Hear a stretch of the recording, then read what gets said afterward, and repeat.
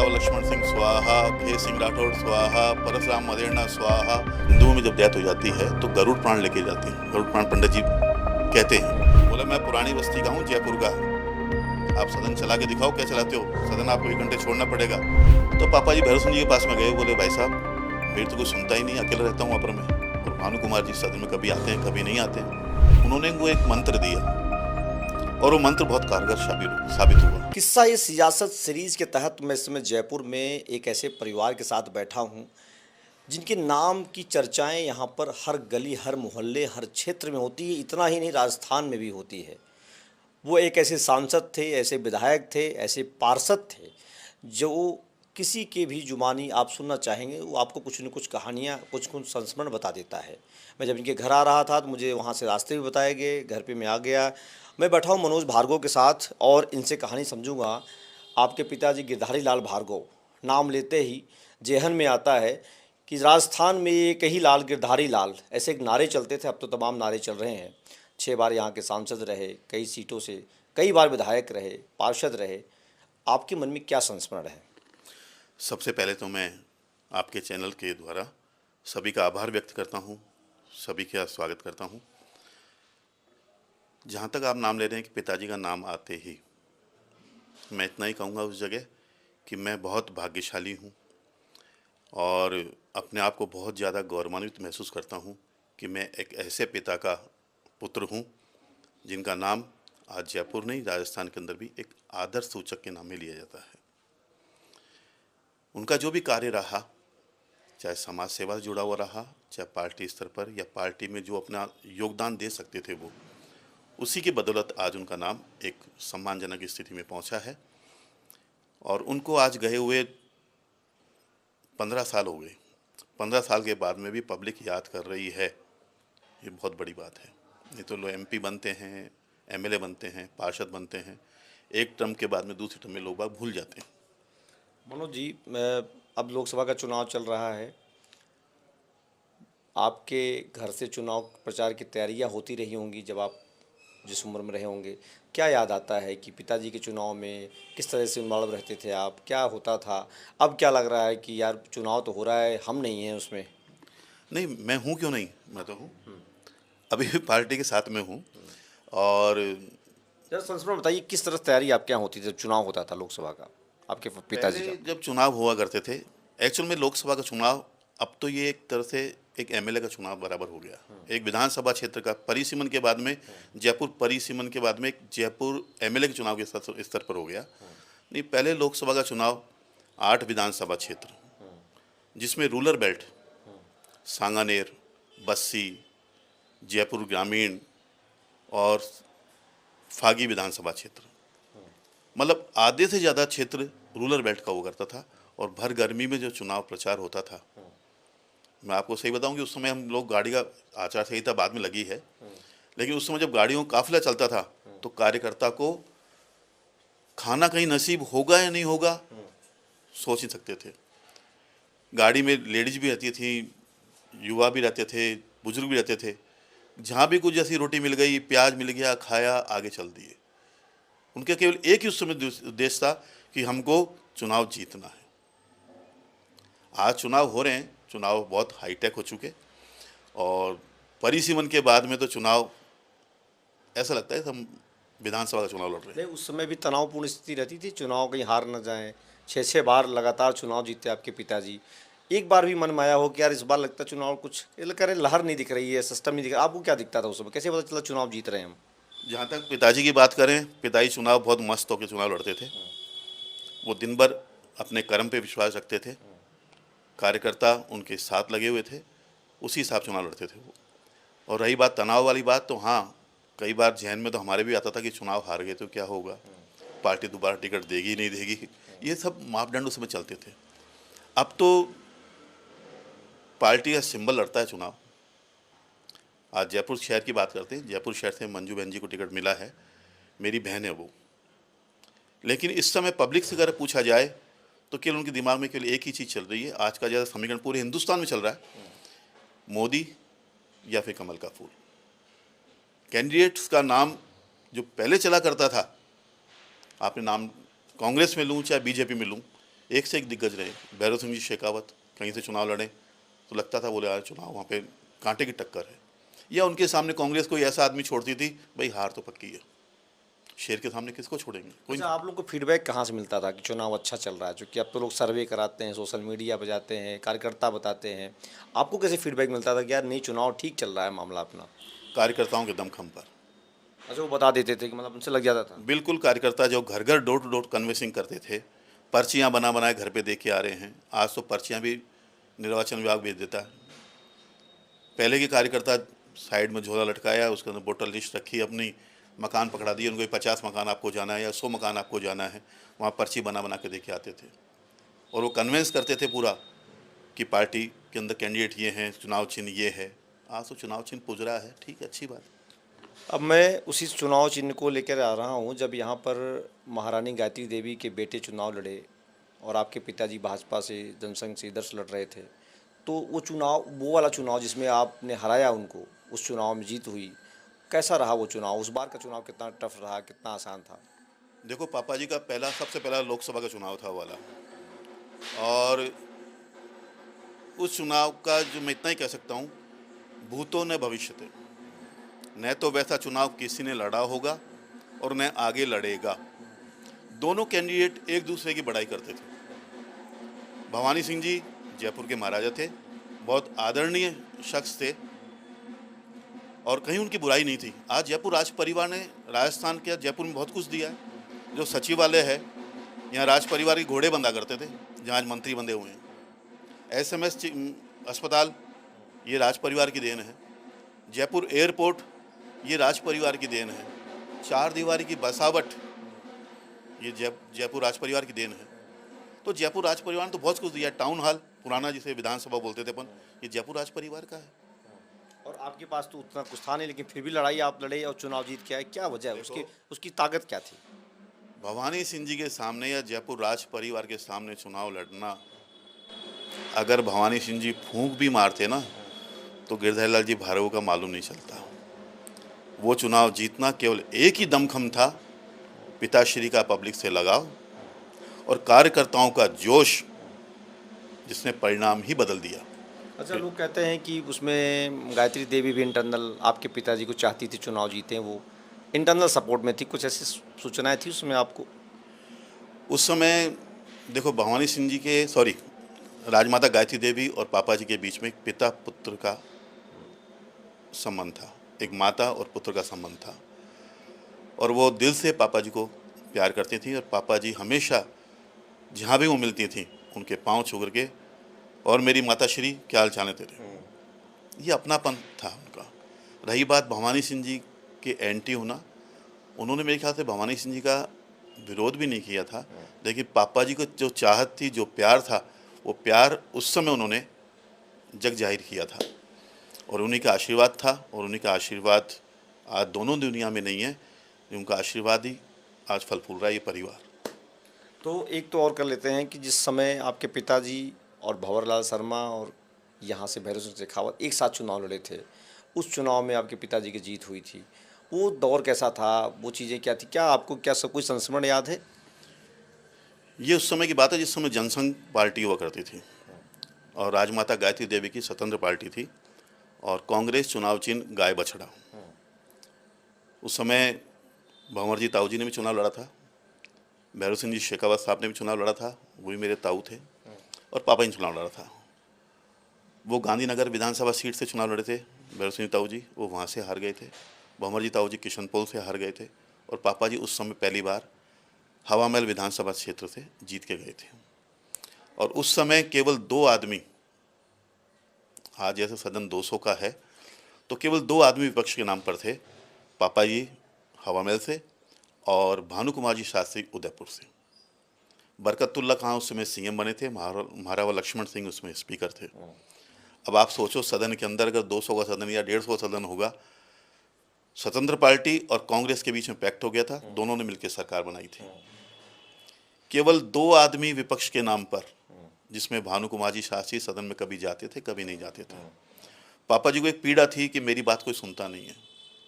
पुराना town hall, पुरानी विधानसभा, भैरव सिंह जी जब चुनाव हारे तो पापा जी ने अपने एमएलए क्वार्टर 6 नंबर के अंदर उनको रखा, साथ में रहे और उनसे पूरा राजनीतिक ज्ञान लेते रहे।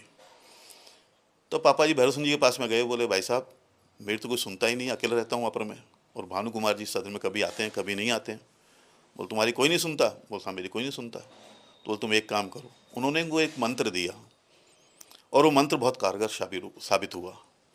उन्होंने कहा एक काम करो, अपने जो हिंदुओं में जब डेथ हो जाती है तो गरुड़ प्राण लेके जाते हैं, गरुड़ प्राण पंडित जी कहते हैं, एक तो वो लाल कपड़े में लपेट के ले जाओ और एक लकड़ी की जो तख्ती होती है नीचे लगाने की वो ले जाओ, और ये करना है तुमको जा करके। उन्होंने बताया जैसा उन्होंने वहाँ मजाक किया। पापा जी सदन में गए, जाके कुर्सी पे न बैठ के टेबल पे बैठे और माइक अपनी साफ करके, क्योंकि स्पीकर बीच में एक ही था, तो बोले महाराव लक्ष्मण सिंह स्वाहा, खे सिंह राठौड़ स्वाहा, परशुराम मदेरना स्वाहा। तो स्वाहा स्वाहा शब्द बहुत ज़्यादा गूंजा उस जगह। तो सब सीट छोड़ के पापा के पास में आए, बोले भार्गव जी क्या हो गया आपको, आप क्या कर रहे हो आज, ये पूरा स्वाहा स्वाहा कर रहे हो। तो पापा बोले यार क्या करूँ मैं, जब मैं कुछ बोलना चाहता हूँ तो मेरी सुनते नहीं हो, तो मेरे लिए सब मरे बराबर हो, मैं सबकी आत्मा की शांति के लिए यज्ञ कर रहा हूँ बैठ करके। तो उसमें बहुत हाईलाइट हुए थे। ऐसे एक एपिसोड और हुआ था लोकसभा के अंदर। ये छोटी छोटी बातें होती हैं जो दिल को छू जाती हैं। कई बार लोकसभा चल रही थी, पीएम सगमा लोकसभा के स्पीकर थे। रात को 11 बजे बाद में उन्होंने 1 घंटे की कार्रवाई, 1 घंटे बाद की कार्रवाई स्थगित करके दोबारा सदन बुलाया। रात को 11 बजे, मतलब 12 बजे वापस जाना था। उस बीच में सारे एमपी जाके कैंटीन में खाना वाना खा पी के आ गए वापस। पापा जी उस जगह अड़ गए। वो साहब आपको 1 घंटे के लिए सदन को और स्थगित करना पड़ेगा, रात को 12 बजे बाद में। तो सगमा साहब अड़ गए उस जगह, बोल नहीं सदन चलेगा अभी। तो पापा ने एक बहुत अच्छी चीज़ बोली, उसमें आज गर्व होता है हमको इस चीज़ के लिए भी। बोला मैं पुरानी बस्ती का हूँ, जयपुर का हूँ, आप सदन चला के दिखाओ क्या चलाते हो, सदन आपको 1 घंटे छोड़ना पड़ेगा और जो मैं कह रहा हूँ वो व्यवस्था करनी पड़ेगी। तब अटल जी भी थे। अटल जी ने कहा क्या हो गया?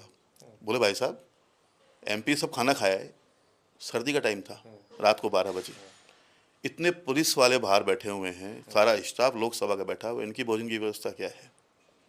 अब देखो आप, रात को 12 बजे कोई सदन के अंदर रहता नहीं है, एमपी जो रहते हैं, ठीक है, पुलिस वाले जो टीवी के आगे बैठे हुए थे, टीवी देख रहे थे, सदन की कार्रवाई देख रहे थे, बाहर बैठे बैठे, उनको लगा कुछ यार कोई आदमी हमारा पूछने वाला भी आया। 1 घंटे सदन की कार्रवाई स्थगित हुई, पता नहीं कहाँ से खाना आया, खाने के टिफिन सबको खाना खिलाया गया, फिर सदन चालू हुआ।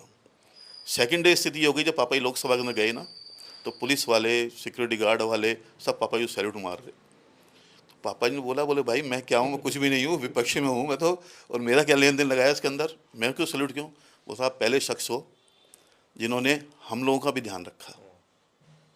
उसके बाद में स्थिति हो गई, जयपुर से कोई जाए, राजस्थान से कोई भी जाए, पापा के साथ जो जाता था उसकी चेकिंग नहीं होती थी। अच्छा, तो आप भी खूब गए होंगे उसमें, सदन चल रहा होगा उसमें, खूब मौका मिला होगा?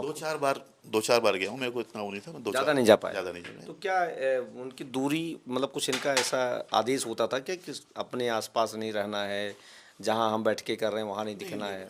ऐसा नहीं है, ऐसा नहीं है।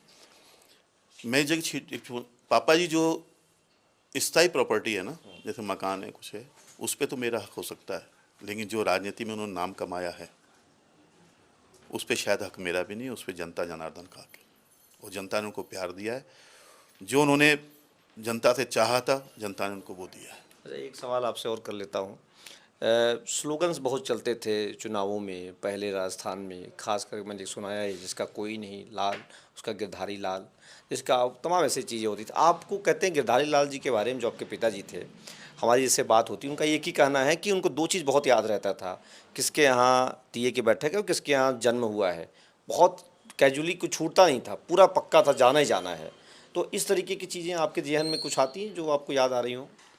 देखो अपने हिंदू संस्कृति के अंदर तीये की बैठक एक ऐसा हुआ है कि उस समय पूरे परिवार के लोग आगे इकट्ठे होते हैं, क्योंकि एक आदमी सब बैठकों में नहीं जा सकता।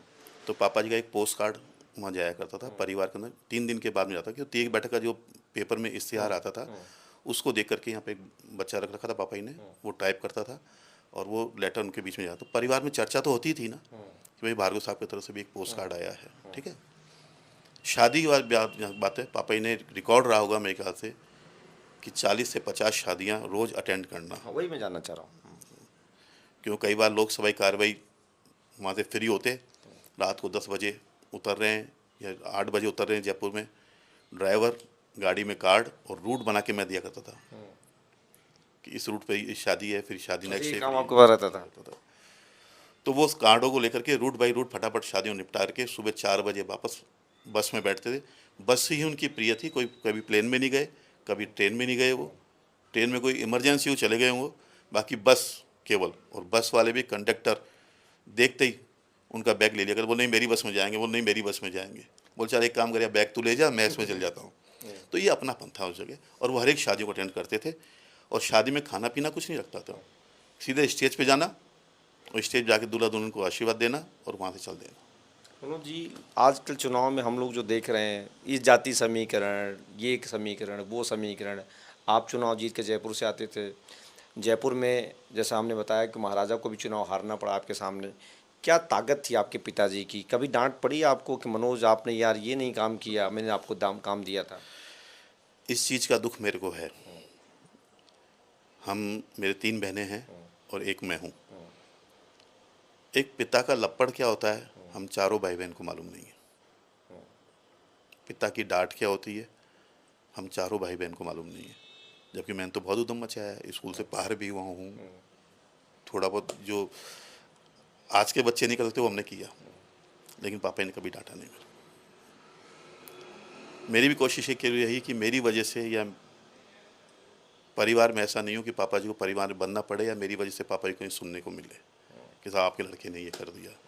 एक अभी आपने चीज़ कही नारे वाली बात, जिसका न कोई पूछे हाल उसके संग गिरधारी लाल, ये नारा फेमस हुआ था।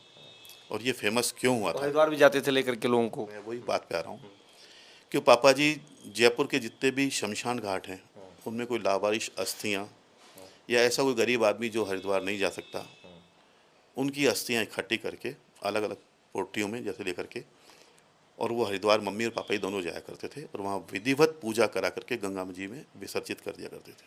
अच्छा, किसी का भी लावारिश हो? किसी के भी हो, मम्मी पापा दोनों? दोनों जा करके। आप मैं एक छोटी बात बता रहा हूँ, आज अपने घर में कोई डेथ हो जाए तो उनके फूल मतलब अस्थियाँ अपन घर में लेके नहीं आते हैं, या तो किसी बगीची में या किसी मंदिर में रख देते हैं। हाँ। पापा जी के ऑफिस के अंदर, क्योंकि उन्होंने लॉक किया था, किताबें रखी हुई थी, लोग बाग यहाँ लेके आ जाया करते थे। बोले भाई साहब आप जाओगे हरिद्वार? बोले हाँ। बोले यार किताबों के पीछे रख जा, कहीं ऊपर नहीं देख ले कोई। वो अपने ऑफिस में रख लिया करते थे, सस्तियाँ रख दी जाती थी, फिर अपना ले जाते होंगे अपने हिसाब वो से। इकट्ठी करके सबको ले जाते थे वहाँ पर। इस काम को देखते हुए राजस्थान पत्रिका के संस्थापक मालिक आदरणीय श्री कपूर चंद जी कुलिश ने ये नारा दिया था, जिसका न कोई पूछे हाल उसके संग गिरधारी लाल। ये नारा कपूर चंद जी कुलिश बाबू जी का दिया हुआ है। आपने कोई चुनाव लड़ा मनोज जी? कोई लड़ा हो? पापा जी ने 6 बार लोकसभा का चुनाव लड़ा, 7वीं बार भी टिकट मिल गया था। जैसे आज कहते हैं ना कि सीएम होते हुए केजरीवाल जेल में है, ऐसे पार्टी ने 7वीं बार भी पापा जी को टिकट दे दिया था। और टिकट मिल जाने के बाद में 3 दिन बाद में पापा जी की डेथ हो गई थी। उस समय नरेंद्र भाई मोदी जी गुजरात के सीएम थे और पापा जी राष्ट्र भाषा कमेटी के चेयरमैन थे। इनके साथ में 20 एमपी साथ में थे और अहमदाबाद में थे उस समय जब इनकी डेथ हुई। जब डेथ हुई, उस समय अहमदाबाद में थे। मैं यहाँ से उनकी बॉडी लेने के लिए अहमदाबाद सुबह रवाना हुआ था, 9:30 बजे फ़्लाइट थी, उससे रवाना हुआ था, उनकी बॉडी लेके आया था। उस समय नरेंद्र भाई मोदी का केवल एक ही स्टेटमेंट मीडिया को फेस किया था उन्होंने, एक ही स्टेटमेंट था, भार्गव जी के जाने का दुख हमको है, लेकिन हमें गर्व है इस चीज़ का कि हमारी पार्टी का सिपाही ऑन ड्यूटी एक्सपायर हुआ है। ये नरेंद्र भाई मोदी का स्टेटमेंट था। रही बात मेरे चुनाव लड़ने की बात, पार्टी अगर उस समय टिकट, पता नहीं मैं एमपी के लायक था या नहीं था, मुझे मालूम नहीं, कि उम्र भी मेरी 40-42 साल ही थी उस समय। अच्छा, वो चुनाव भाजपा यहाँ से हार भी गई, 9 वाला चुनाव जब लड़ी तो वो टिकट वापस लेके पार्टी ने, हमारे पार्टी के वरिष्ठ नेता हैं घनश्याम जी तिवारी, उनको दिया।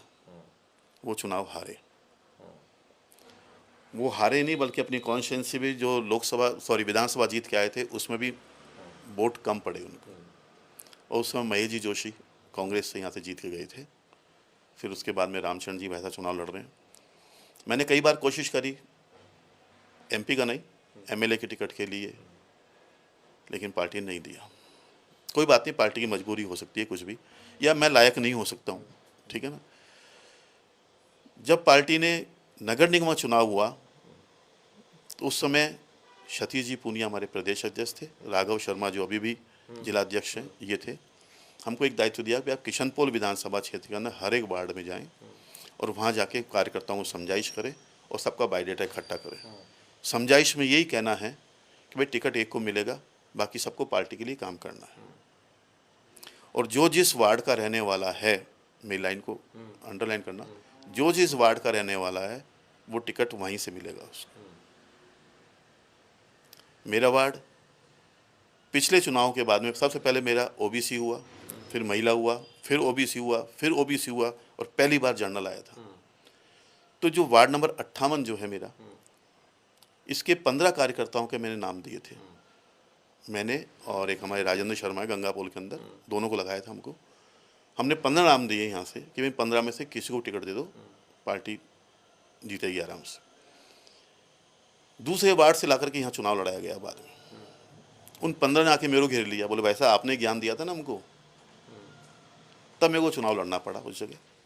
ठीक है, 103 वोट से आ रहे, कोई वो नहीं है, लेकिन मन की निकाली, चुनाव लड़ के वो भी निर्दलीय लड़ा था मैं। उसके बाद में न तो मैंने कांग्रेस ज्वाइन करी, न कोई पार्टी थी। पार्टी में आज भी बंद के हूँ मैं, पार्टी काम आज भी कर रहा हूँ।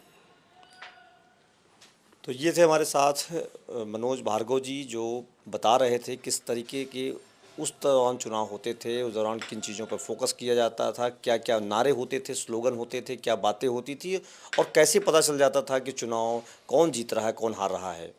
अब लोकसभा का चुनाव यहाँ भी होना है और बहुत सारी तैयारियां हैं। लगातार दोनों पार्टियां, भाजपा कांग्रेस के बड़े बड़े दिग्गज नेता यहाँ पर रैलियां कर रहे हैं, सभाएं कर रहे हैं, लेकिन कह रहे हैं माहौल समझ में नहीं आ रहा है।